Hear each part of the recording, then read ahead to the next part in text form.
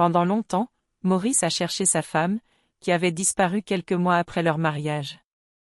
Elle était enceinte, et il n'avait aucune idée de ce qui s'était passé. Mais à 78 ans, il a reçu un message sur Facebook et n'a pas pu croire qu'il avait envoyé. Ce n'est pas possible. Clark Garrison doit mentir, s'est murmuré Maurice en regardant le message qu'il venait de recevoir sur Facebook. Bien qu'il soit un homme âgé de 78 ans, il avait réussi à rester dans l'air du temps et savait comment manipuler un ordinateur portable et toutes sortes de médias sociaux. Mais il savait aussi que certaines personnes profitaient des personnes âgées en ligne et qu'il fallait être prudent. Les personnes de son entourage savaient que Maurice recherchait sa femme depuis de nombreuses années et que les escrocs avaient toutes sortes de tactiques pour tromper leurs victimes. Il n'était pas prêt à tomber dans le panneau. D'un autre côté, il a commencé à espérer. Il y a plusieurs années. À 17 ans, Maurice a rencontré Naomi dans leur école privée à New York. Elle était une jeune boursière et la personne la plus excitante qu'il ait jamais rencontrée. Elle rêvait de devenir créatrice de mode et de monter un défilé pendant la Fashion Week. Maurice se sentait également artiste, mais ses parents, grands magnats de la ville, l'avaient incité à faire une école de commerce et à obtenir plus tard un MBA. Sa voie était toute tracée, mais Naomi était libre de rêver. Ils ont été immédiatement attirés l'un par l'autre, mais les parents de Maurice ont rapidement découvert leur amitié et l'ont découragé. Son père était furieux. « Tu ne peux pas traîner avec des filles comme ça, Maurice. Nous avons un nom à défendre », a dit son père avec dédain lorsque Maurice a essayé de lui parler de Naomi. Maurice détestait la façon dont ses parents regardaient les autres simplement parce qu'ils n'avaient pas beaucoup d'argent. Il se moquait aussi de ce qu'ils pensaient, alors Naomi et lui ont commencé à sortir ensemble. Ses parents l'ont détesté mais l'ont laissé faire pour éviter tout problème. Ils pensaient qu'ils cesseraient leur relation une fois à l'université. Mais cela ne s'est pas produit. Maurice est allé à Columbia pour suivre une formation de commerce tandis que Naomi a été acceptée à Parsons, et ils se sont vus le plus souvent possible. Lorsqu'ils ont obtenu leur diplôme, il a fait sa demande et ils ont commencé à planifier le mariage. Naturellement, les parents de Maurice ont été choqués et lui ont dit de ne pas donner suite, mais il a menacé de ne pas reprendre l'entreprise familiale et de disparaître de leur vie. Ses parents se souciaient toujours de ce que les autres pouvaient penser, et la disparition de leur fils serait la pire des choses pour eux. Par conséquent, ils ont accepté à contre-cœur ses fiançailles. Du moins, c'est ce que Maurice pensait depuis le début. Il ne savait pas ce que Naomi avait traversé. Quoi qu'il en soit, ils se sont mariés à 24 ans et ont été heureux. Naomi a annoncé sa grossesse un an plus tard, et il ne pouvait pas être plus heureux. Mais un jour, Maurice est rentré chez lui, et quelque chose manquait. Rien ne semblait anormal, mais il ressentait un vide qu'il ne pouvait décrire. Finalement, il est allé dans sa chambre. Le sac à dos de Naomi avait disparu, ainsi que son passeport. Il a vu qu'elle avait laissé son sac à main sur le lit, et pire que tout, son alliance. Maurice s'est agenouillé près de l'endroit où il se reposait habituellement, a attrapé la bague et s'est mis à pleurer. Il savait qu'elle était partie, et qu'il ne la reverrait peut-être jamais. De nos jours. Maurice repensa à ce jour où Naomi était partie et faillit se remettre à pleurer. Cela arrivait à chaque fois. À l'époque, il a pleuré pendant 2 bonnes heures, puis s'est relevé. Il a fait de son mieux pour la retrouver, mais il n'avait pas de téléphone portable à l'époque. Il n'avait pas Internet, et il ne pouvait rien faire sans adresse. Elle avait peut-être quitté le pays, et il ne l'aurait jamais su. Mais Maurice ne voulait pas l'abandonner. Il a engagé un détective privé pour la retrouver, en vain. Il a fait paraître des annonces de disparition dans les journaux, mais rien. Il a parlé à tous ceux qu'il avait connus, mais la plupart des membres de sa famille avaient aussi disparu. Ceux qui sont restés à New York refusaient de lui parler. C'est un cauchemar, et partout où il regarde, c'est une impasse. Ses parents ont fini par le presser d'arrêter.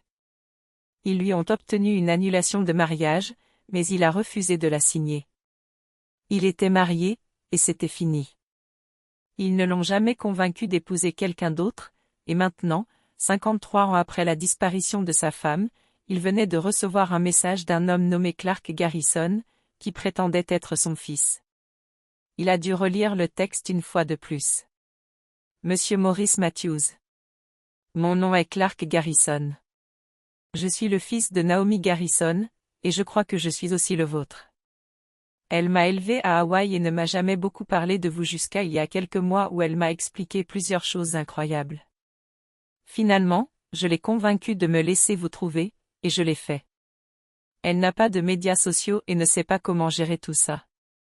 Mais je peux vous envoyer des photos de nous comme preuve si vous voulez. Répondez simplement à ce message. J'ai vraiment envie de vous rencontrer, et je pense que vous méritez de savoir ce qui s'est passé. Sincèrement, Clark. Bien que Maurice craignait que ce soit une arnaque, il devait en être sûr. C'était la réponse qu'il cherchait depuis tout ce temps. Il devait savoir si Clark était de sa famille. Les parents de Maurice sont morts il y a de nombreuses années, et il ne s'est jamais marié ou n'a jamais rien eu d'autre. Il devait essayer, alors il a cliqué sur la boîte de messages texte et a tapé. Après plusieurs messages, un appel ou de nombreuses photos de Clark grandissant, il a acheté un billet pour Honolulu et est parti à la rencontre de son fils. C'est à l'aéroport qu'il a vu Naomi, et c'est comme si le temps n'avait pas passé. Elle était toujours sa seule et unique. Et elle lui sourit comme si elle pensait la même chose. Ils se sont salués comme s'ils étaient encore des adolescents amoureux, et tout le monde a pleuré. Après, il a pris Clark dans ses bras, qui lui ressemblaient comme 2 gouttes d'eau. Je n'arrive pas à y croire, a dit Maurice en essuyant ses larmes après s'être éloigné de son fils. Je ne peux pas non plus. Mais ce n'est pas tout. Tu dois rencontrer ma femme et mes enfants, qui meurent d'envie de rencontrer leur grand-père, a révélé Clark avec surprise. Ils l'ont emmené dans la maison de Clark et ont organisé une fête en son honneur. Ils l'ont accepté dans la famille comme s'ils l'avaient toujours connu, et Maurice n'aurait pas pu être plus heureux. Mais il y avait encore des choses qu'il devait découvrir. Donc quand la fête s'est terminée, il a pris Naomi à part et lui a posé la question qui l'a tourmenté pendant 53 ans. Pourquoi es-tu parti? Je pensais que tes parents te l'auraient dit, a commencé Naomi, avant de s'arrêter et de regarder ses pieds. Ils n'ont jamais rien dit, même si j'ai soupçonné pendant un certain temps que c'était leur faute, a ajouté Maurice.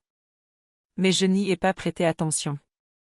Je pensais que s'ils ne pouvaient pas nous séparer quand nous étions enfants, ils ne pourraient pas le faire après notre mariage et notre grossesse.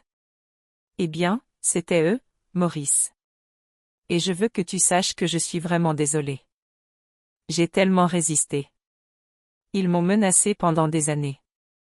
Parfois, ils m'offraient de l'argent pour te quitter, mais je ne l'ai pas fait. Mais quand je suis tombée enceinte, ils ont menacé notre enfant, a-t-elle révélé, et Maurice a fermé les yeux de douleur. Mon Dieu, a-t-il soufflé, posant une main à son visage. Oui, et c'était ma limite. Ils ont dit que le bébé ne serait jamais accepté, et qu'il allait le kidnapper pour que nous ne le voyions jamais. Je ne sais pas ce qu'il allait faire, mais je ne pouvais pas prendre ce risque. J'ai tout pris et je suis partie dans un endroit aussi éloigné que possible. Heureusement, maman et papa sont venus avec moi. Et la plupart des membres de la famille aimaient l'idée d'Hawaï, alors ils ont fini par me suivre. En fait, j'ai changé mon nom légalement ici en Kelani Garrison, en espérant que toi ou tes parents ne me trouveraient pas, a-t-elle dit. Écoute, je comprends pourquoi tu as fui après cette menace. Mais nous aurions pu fuir ensemble, a déclaré Maurice, sa voix pleine d'émotion. Naomi a immédiatement secoué la tête. Non, non. Tes parents ne t'auraient pas laissé partir. Ils avaient tellement d'argent, et ils n'avaient pas peur de l'utiliser pour ruiner des vies, Maurice. Je ne pouvais pas risquer le reste de ma famille non plus. Ils se seraient tournés vers eux aussi. C'était la seule option.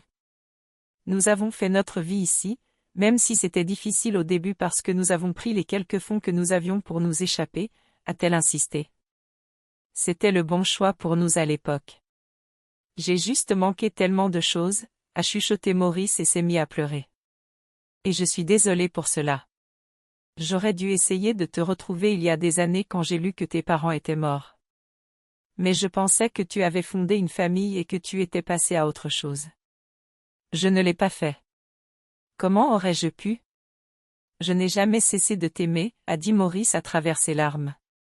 Naomi a souri de façon brisée et a aussi pleuré.